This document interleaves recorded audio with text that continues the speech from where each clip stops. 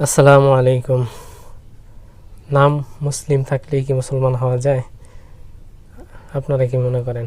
আমি তো মনে করি না। যে কোনো বিবেকবান মানুষই মনে করবে যে না, নাম মুসলমানের থাকলেই সে প্রকৃত মুসলমান হইতে পারে না।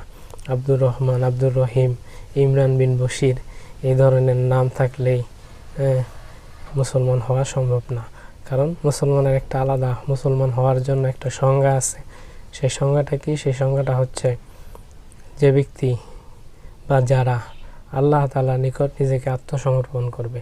আল্লাহ তাআলার নিকট আত্মসমর্পণ করার মানে হচ্ছে আল্লাহ তাআলার যাবতীয় বিধিবিধান যে ব্যক্তি মেনে চলবে সেই হচ্ছে মুসলমান।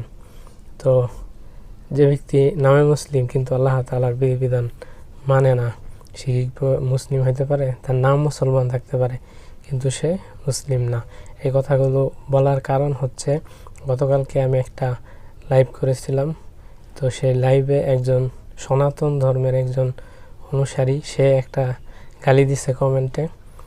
তো তারটা আমার কাছে দুঃখ মনে হয় নাই, ঠিক আছে? সে অন্য ধর্মের, কিন্তু এরকম একটা নাম, সেই নাম থেকে আমরা এরকম একটা গালি আসছে, সেটা দেখে আমি দুঃখ পাইছি। সেটা হচ্ছে ইমরান বশির নামে একজন ব্যক্তি। ইমরান বশির নামটা কি মুসলমান না? মুসলমানের নাম, সুন্দর নাম, কিন্তু সে গালিটা দিচ্ছে এরকম যেটা সুন্দর না, যেটা ইসলামের আদর্শ না। সে ব্যক্তির ভিতরে যদি আল্লাহ তাআলার ভয় থাকতো তাহলে সে এই কাজটা করতো না। এটা হলো কমেন্টের ক্ষেত্রে। তো এজন্যই আমি এই ভিডিওটা করতেছি যে আপনারা যাতে বুঝতে পারেন যে আসলে নাম মুসলমান থাকলেই ওই ব্যক্তি মুসলিম হইতে পারে না। কারণ নামের সাথে সাথে তার আদর্শ মুসলমানের মতো হইতে হবে। কারণ আমরা আল্লাহ তাআলার কাছে আত্মসমর্পণ করেছি, সারেন্ডার করেছি। সারেন্ডার করার মানে হচ্ছে কি, পুলিশের কাছে যদি কোনো আসামি সারেন্ডার করে তখন আসামির কোনো কিছু থাকে না। পুলিশের যে নিয়ম কানুন আছে সেই নিয়ম কানুন অনুযায়ী চলতে হয়।